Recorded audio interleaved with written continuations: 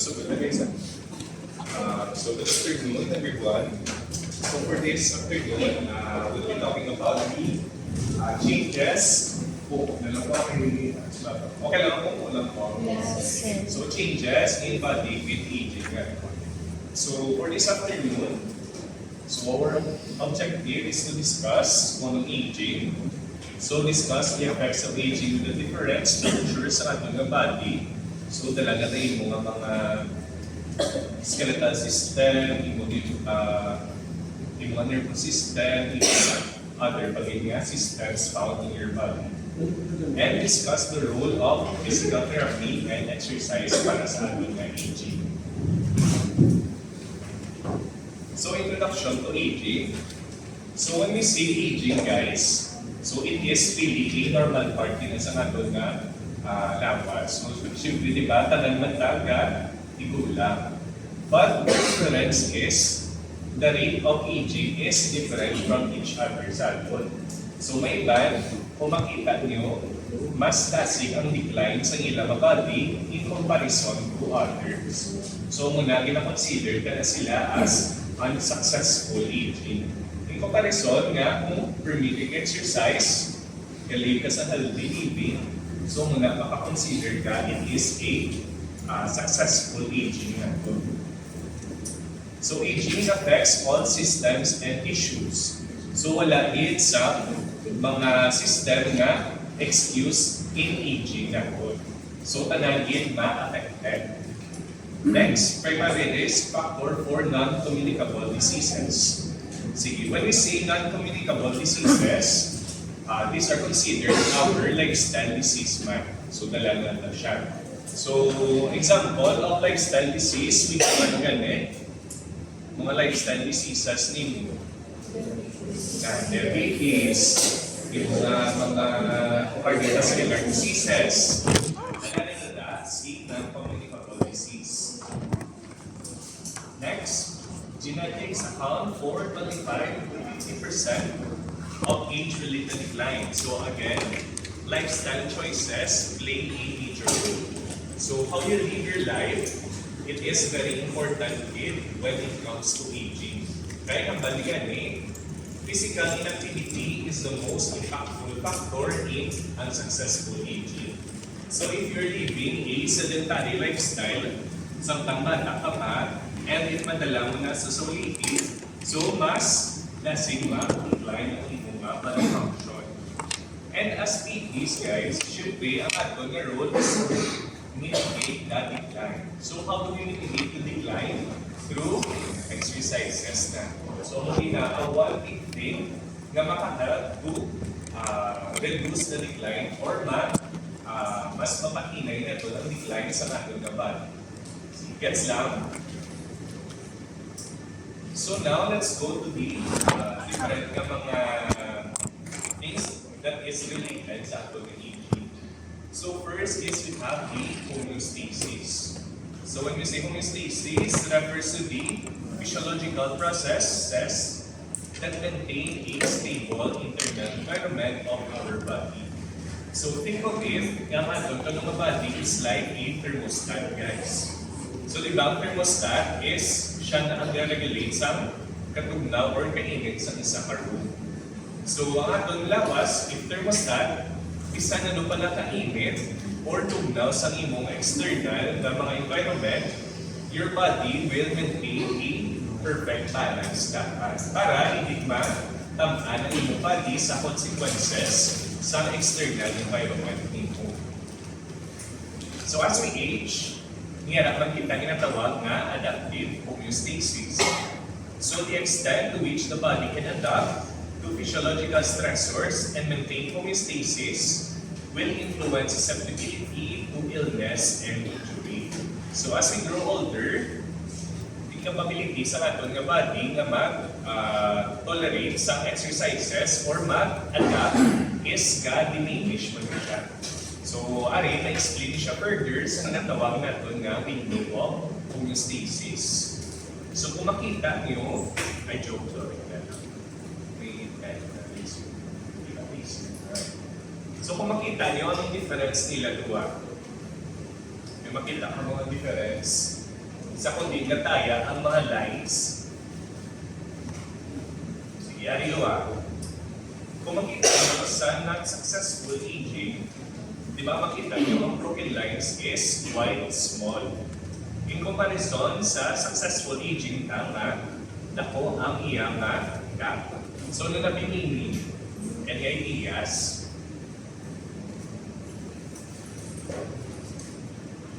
So, it just means, guys, na mas dako imo nga tolerance when it comes to physical activities and other nga mga matters.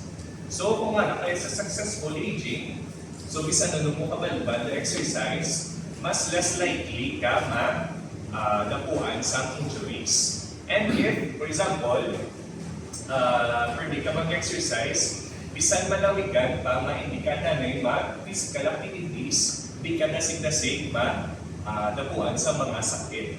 So, ang umalang ginamin sa dako nga part sa ato nga broken line sa successful aging.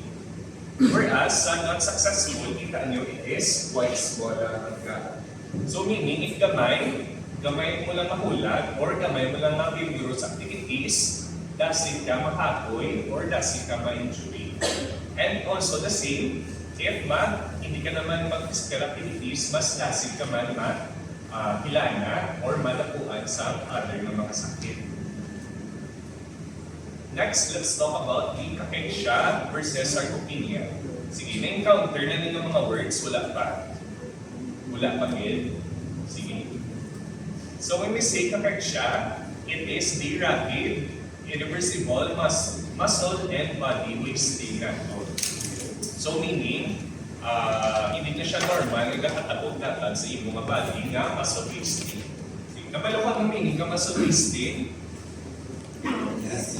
nag-amplify na yung mga muscles.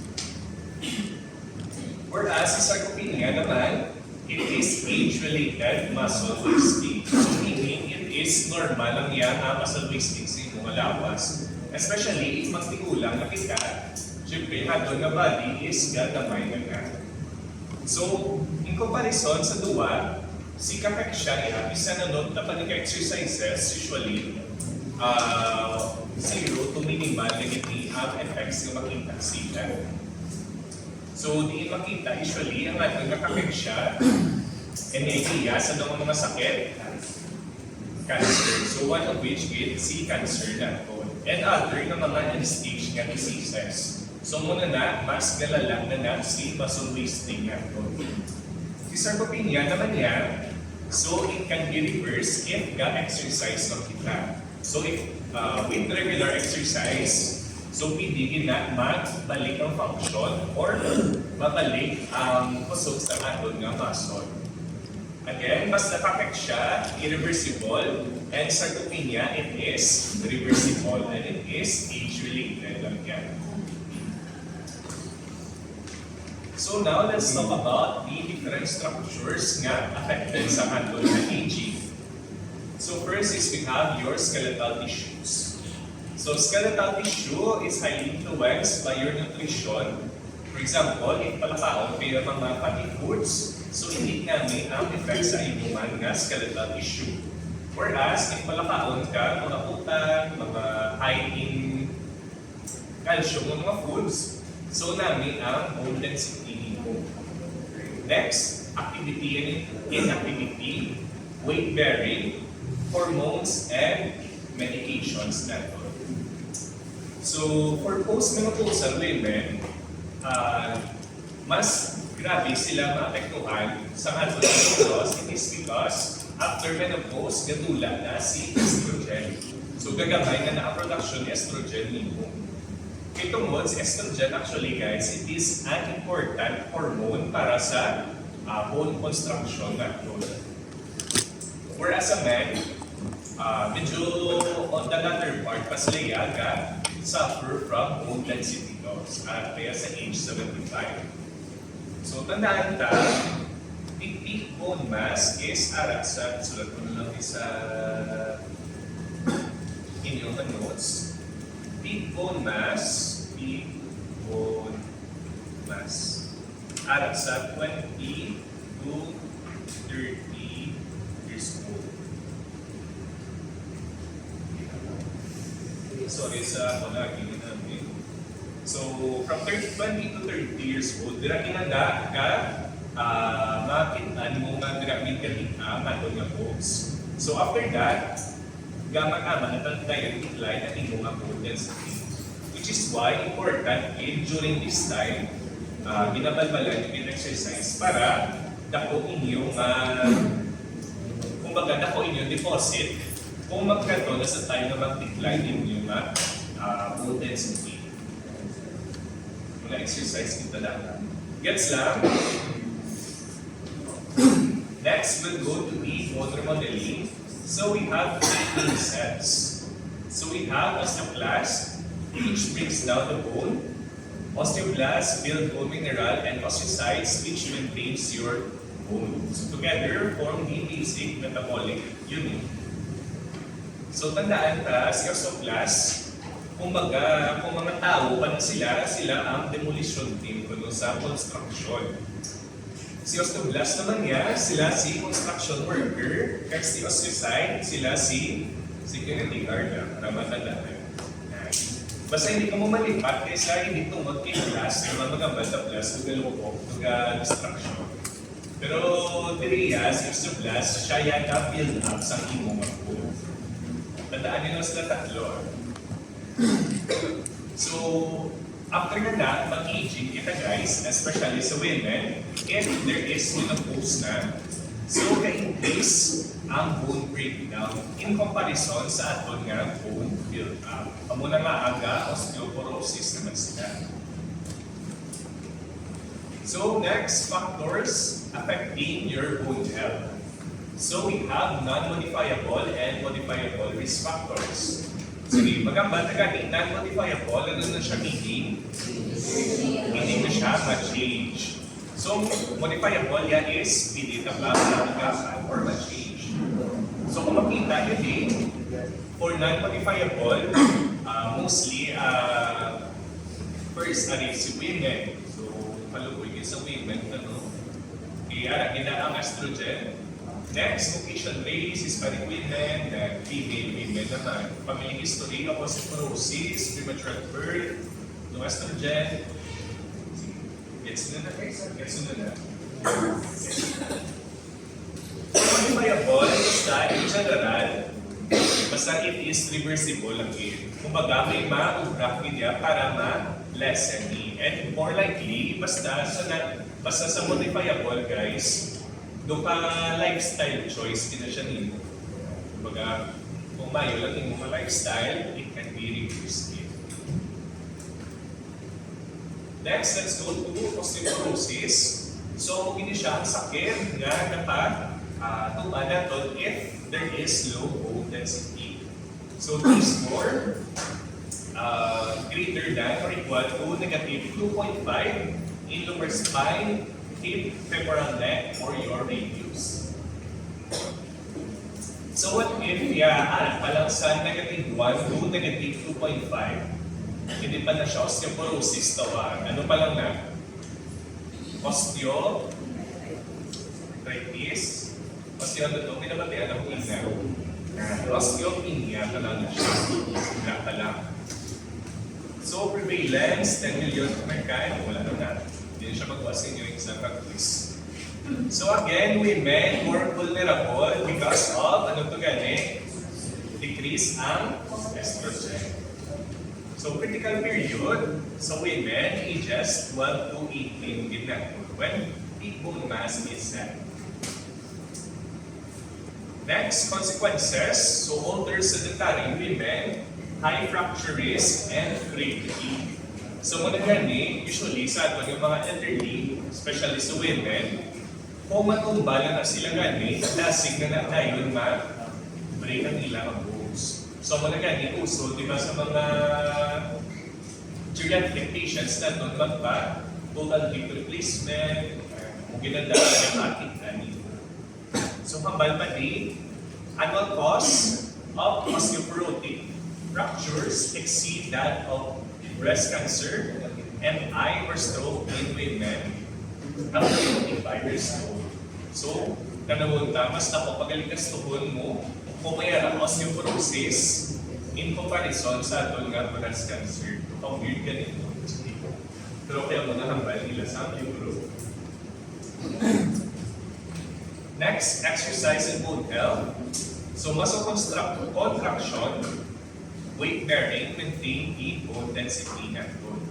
So, kung permit ka pamugat, which is ang pamugat, managayos nga dapat do ang makaya tamandana, hindi ta pa ulbihon si body ta. Especially sa ito ng mga elderly, amo na dapat hindi naman naguro ulbihon nga paspon mo tapi si elderly na to 200 pounds no kaya siyempre mabalik din sila yan. So ang idea, it is dapat balance ang dapat ang weight nga ihatag na sila. So exercise recommendation, so walking 30 to 40 minutes per session and resistance exercise 2 to 3 times per week. Para makita ang best result guys sa ating mga elderly, we will do high intensity resistance training. Muna lang na, Hurt 3 times per week and 2 to 3 sets per session.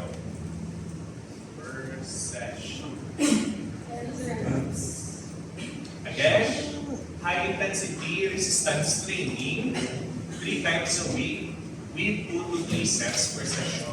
Ang dapat, ang recommended nga exercise plan for our geriatric patients. Next, muscle tissue and aging. So, 20 to 48% increase by age 70. And cellular change, smaller muscle fiber size, and loss of type 2 fast twitch fibers. Diba sa ito naman, we have a type 1 and type 2. Sige, sa ila tuwa, sinundan si aerobic muscle ni mo. Type 1. And si type 2 is the anaerobic. Meaning, ganaan nila masulutin mo nga mga fast twitch yung mga movements. So, kailangan nun is power gidapan. So, sa ato ng mga geriatric, ito mo, there is loss of type 2 fast twitch fibers. Ano pwede matabo sila? There would be difficulty in what? Sila endurance, anaerobic. Mga in general, ilang mga EDS. So as simple as sintustan, good line na sila. Kaya diba, pag sintustan na ganyan, it requires sa aton nga type 2 muscle fibers na. So muna nga, good line na or pinay naman mag-initiate sila sa movement. So next, structural compositional changes. So there is increase in intermuscular adipose tissue or ang muna ito mga fats. Tungod that, it would decrease your mobility and your performance man. Next, low grade chronic inflammation plus increase ang ato nga cytokines which will result to muscle wasting and weakness and decrease excitation, contraction cooling, calcium release, and mitochondria and protein synthesis. So, ang aring class na part, mas ang ginanamin pala ng day is it will increase your muscle performance. So, for the exercise benefits, so high intensity, resistant training, strength, function, and daily performance, and daily class performance. So, para ma-increase ang atong na strength, dapat ga-increase man ang intensity sa atong na exercise. So, for example, being in week 1, imong mga ginapakakwa, 10 pounds pa lang, pagka-week 2, dugang ka naman dayon, hasta nga magdugang ka magdugang, na makaya mo na alabot sa 50 pounds. Training volume, so greater lean body mass, greater lean body mass increases. So dapat, if gusto mo man mag-increase imo body mass, dapat damuon mo man imo nga exercise session per week. Body composition and aging. So it shifts with age. Ga-increase ang atong nga lean body mass and ga-increase ang imo nga fat mass. So resting metabolic rate declines 1 to 2% per decade after age 20, predisposes to weight gain without caloric changes. So contributors, we have genetics. So if may ara ka mo mga lifestyle diseases ang inyong parents or may mga kaparintihan ka mo do, there is a chance na madala nyo niya. Unless if may interventions in kamuya maugaw sa inyong kalawas. Next, behavior, metabolism, behavior, environment, culture, butang nga CS, certain disease. Next, visceral fat increases with aging. So magamba na gani, visceral fat, di na areas sa imong body usually makita sa imong organs. So hindi man siya nami nga magtaas ni si visceral fat kitungod nakadamage man ang atong nga organs. And we have what we call the osteosarcopenic obesity syndrome. So it is a triad of osteopenia, sarcopenia, and your obesity. As the name suggests, no, osteo, sarco, and penia, and obesity. Makita mo pala sa name. Next, let's go to the connective tissue and collagen with aging. So key structural changes. First is we have the decreased water content sa ating ECM. Or makita na siya sa ibang mga IDPs. So for example, kung magtigulang ka na, ka-decrease ang water sa imong IDPs. Ano ang physical appearance na makita mo usually sa tao? Mag-ubad, mag-decrease ang height magigdayon sa ating mga elderlies. Next, increasing collagen cross-links. So when we say collagen cross-links, kung gadamo lang siya guys, or gadamo, it would result na mag-stiffen man ang imong mga muscles in your joints. Or in general, mas mapudlayan ka na magpunas sa imong lawas. And decrease elastin. So kung mag-decrease na si elastin, it would result nga mag-weaker man ang imong ligaments. Kaya ibang purpose ang atong nga elastin, doon siya natani ang lugarin oil na lang kung mag-move ka, may gamugo nga para hindi ma-fully extend ang imong body. So clinical implications, first is we have the decreased ROM. Siyempre, if stiff na imong lawas, mas mahulayan ka labot sa full range of motion nimo. So increased stiffness, so kung matudyampon, stiffer tendons. So, and lastly, organ support decreases. Exercise consideration, work toward end range movement to prevent ROM loss. Use low impact exercise, excessive motor loss, and plyometrics. Beneficial for bone muscle power, but must balance joint stress versus benefit. Hindi ba, plyometrics niya, it is quite explosive na siya movement. So, syempre, sa itong elderlies, ito man pagbutingon na ipa-box jump mo na dahil si Lola, todo na sa taas, no? Dapat sa appropriate man sa ilang level of activity. So, ari, same lang hindi ako sa previous slide. Dahil lang sinima ko. Next, key age-related changes sa ato naman nga cardiovascular system. So first is the decrease sa imong maximum heart rate. Sige, paano ka ganit mag-solve for your heart rate? It is 220 minus your age, Siyempre, kung sa amo pa lang na, makambal mo lang ang daan sa hanggang ikulang ka, decrease niya si maximum heart rate. Next, decrease man yung imo nga VO2 max. Next, decrease stroke volume which would result to decrease man ang imo nga cardiac output. Meaning mas jutay ang blood nga mag-circulate sa imo nga body. Next, we have increased vascular stiffness, collagen cross-links, and elastic loss. Okay, ang ato nga collagen, hindi lang niya makita sa imong nga skeletal muscles, but also, found na siya sa imong mga cardiovascular muscle. So, kung wala, ma-affected man, ma-stiffen man ang heart ka, mas mabudlayan siya mag-movement. And increase systolic BP and decrease your diastolic BP, which would result to decrease coronary perfusion or pinahambatangan na coronary perfusion ang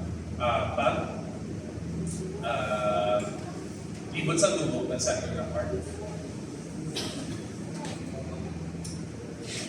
Next, for your nervous system and aging, so structural and functional changes. First is decrease ang nerve conduction velocity nito. So with aging, there is a loss of motor units, changes in morphology and properties of motor units nato, which could alter sa ato nga muscle power. Next, motor unit loss, which would result to denervation, great innervation, na fewer larger units. Sige. Ang nakatabog na guys is, for example, may 5 kada motor units. So kung ma-damage na ang isa, pilit na lang siya sa other mga motor units. So ang buwan, nag-apat na lang, pero mas dako na ang isa pa motor unit. So kung lain na if sige damage, matingog na lang ang tanan mga motor units, maisa na lang siya kabilog na dako. Ang disadvantage, if ang muna ang matabo sa mga motor units, kitungod, if ma-damage siya ng isa na kabilog, ang isa ka dako, meaning wala na iya may ma-deliver sang signal na yun sa mga muscle. Unlike if damo imong motor units, despite na gamay lang na sila, kung ma-damage ang isa, damo pa ya sa backup doon. So mamala natin na namin na din nga disadvantage si fewer larger units na po. Next, decrease ang rate coding. So magkamal kita, decrease rate coding guys. Same na lang sa pinahambal na ito na action potential firing na. So the rate, kung paano gana si EEP. So same na siya for twitch contraction. And lastly, we have the neuronal atrophy. So, si neuronal atrophy guys, when we say muscle weakness, it is not entirely caused by muscle atrophy natin. But sometimes there is problem sa communication sa ating brain towards sa ating muscle. Ang mga cause nga there is atrophy man in your muscles. So really, same lang hindi ako sa previous na slide, na nakatable lang. Sige, send ko lang yung sige lang. Kung makakabala ka. Next, sensory function and aging. So ito naman ng mga senses. Anong pili matako? Vision, increase acuity, decrease contrast sensitivity, and decrease your field of vision. A field of view, I mean. So if decrease na ito ng vision, there is a tendency man, or ang matabog si mga body, there is poor quality of life naman. Itungod, syempre, if hindi ka na makita, mas limited na imong activities of daily living ng mga.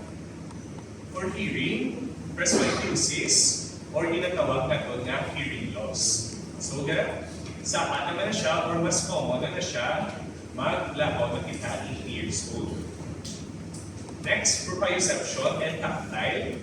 So, decrease nerve conduction velocity, receptor changes, and CNS decline. and vestibular, slower reflexes, and balance issue na ito. Sige. So, if may balance issue kita, ano hindi matabo sa ato ng mga elderly? Ma-fall sila. So, mas prone na din sila to falling. So, as PT, ano ato na role? First, it is to identify some sensory changes na nagtabo sa ating mga elderly patients. And kung ma-identify ka na, we should make changes for them para maka-adapt sila sa ilang environment. Next, immune system and aging. So, increase immune, pro-inflammatory cytokines. So, hindi naman siya magbasa ng cases. Be familiarize lang sa ating mga cytokines. So, ano kita? Ano pwede matagod sa lawas? Naton if there is increase in inflammation sa ating body. So, there is first muscle wasting media. Next, there is obesity and loss of physical and organ function natin.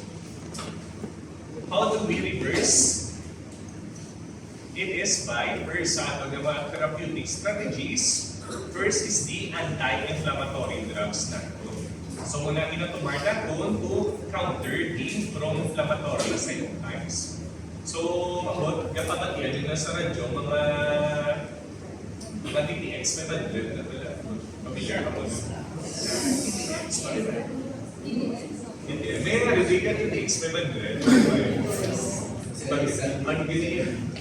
Do, kung palawin mo, ganyan, do, scam na lang ganyan. Malam nila, pati ka sila maayaw, DTX, may bandit lang. Hindi na siya tugod nga, anti-inflammatory drug.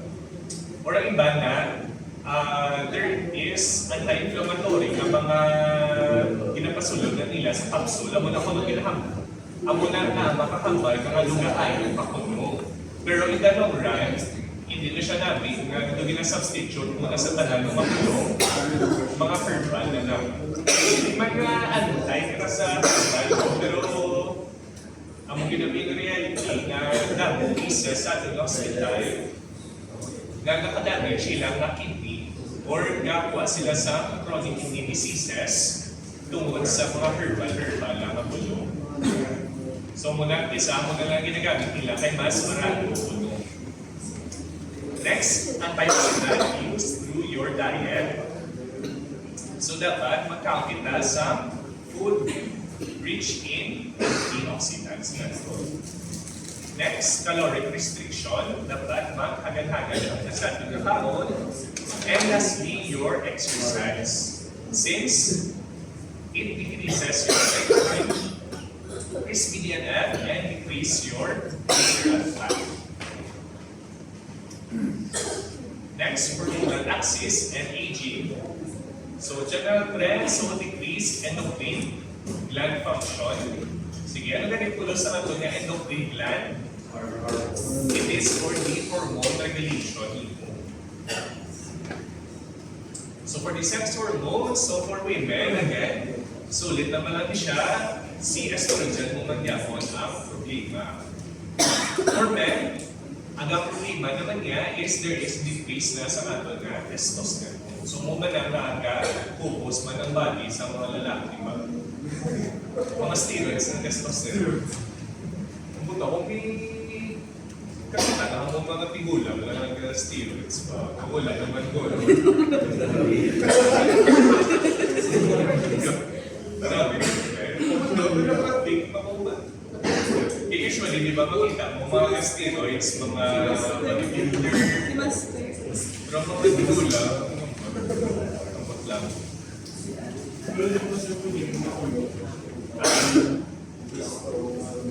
Ang testosterone, may harap, hindi yan, may harap, kaya sa tawag na,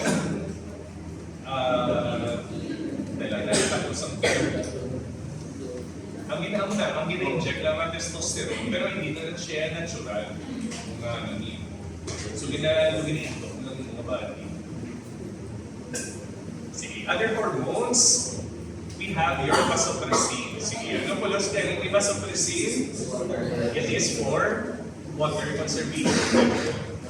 So, nakatabo na ang imo ko nung ang imo ang kidney, bisan wala ka ng tubig or dehydrated ka na, nagahambal na si Dre mo nga dehydrated, pero ang imo ang kidney, nagahambal na okay pa siya. So mula na there is dehydration nga nakatabo sa atong nga lawas. Ito mo, wala na kayo ka-function ang connection between your brain and your organs.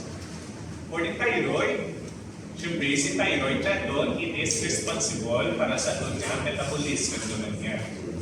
So if underactive, it could result to fat, fatigue, or weight gain. And if overactive naman, weight loss. Sige, lapit na lang. For impact of exercise on health. Sige, sorry, medyo naman, pasama na lang ang dasig. So regular physical activity prevents physical decline and reduces risk of major diseases. Exercise-based cardiac rehab lowers cardiovascular mortality, reduces hospital admission, and improves quality of life. So for cardio, ang atong guideline is 150 minutes, moderate, or 75 minutes by vigorous exercise per week na ito. For resistance, 2 to 3 times a week, and flexibility, 2 to 3 times a week man. Next, sedentary lifestyle risk. So basta wala pa nakulang or sedentary lifestyle, there is an increased risk sa aton nga mga cardiovascular diseases and other na mga nakatakot sa aton body. Basta in general, negative ang matabo if you are sedentary. So dose response, effect of exercise, so greater intensity, frequency and duration increase, or greater strength and cardiovascular benefits. Sige, summary, sa tanan. So aging naturally causes decline across tissue and system, but lifestyle choices, especially physical activity, can delay the disease, functional loss, and the frailty sa ating body. So inactivity, again, dapat iwasan tagid. And physical therapies can apply the physical stress theory to avoid exercise level to promote positive adaptation, avoid both excessive and insufficient stress. So as PTs, our plan, again, first dapat there is careful examination, integration and evaluation, targeting structures, and determining the right intensity of intervention to optimize the outcome. Basta, assess ng hindi ka mumayo, kaya dapat, if mag-access sa mumayo, mas lamig man ang hindi mag-treatment na obra sa ating nga patient. Mas tsakto hindi lang kita yan pinalakpan sa paghatag at snacks. Sige, so for your cash sheet, sige, yan, sirinin na lang, tapos mo lang sige, please, take lang a picture sa case. So this would be by group lang niya po ng classic yung nasa bandan. Ilang ka mo niya niya for 30 mga mo. Same for 106. Yes. Same lang. Sige, same group na lang. Para tigbatin na lang yung mga ano. Sige, na-picture lang yung case. Sige, yaring questions. Yaring questions.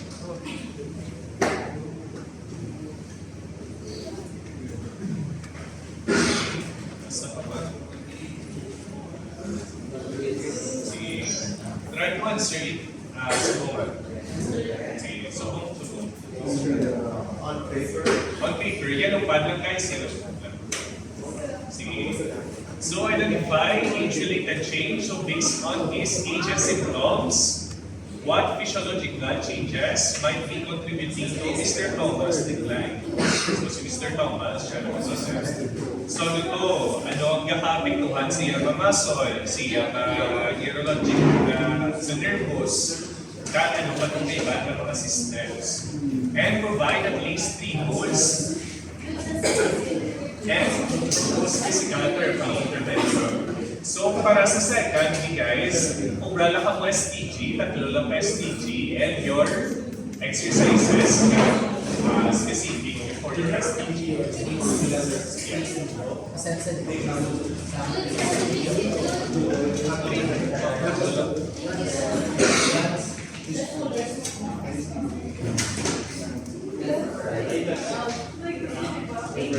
By group, guys, by group.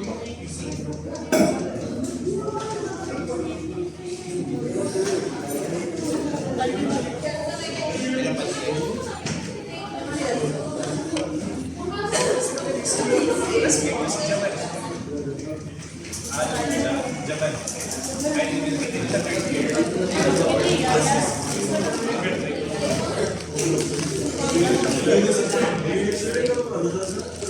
year.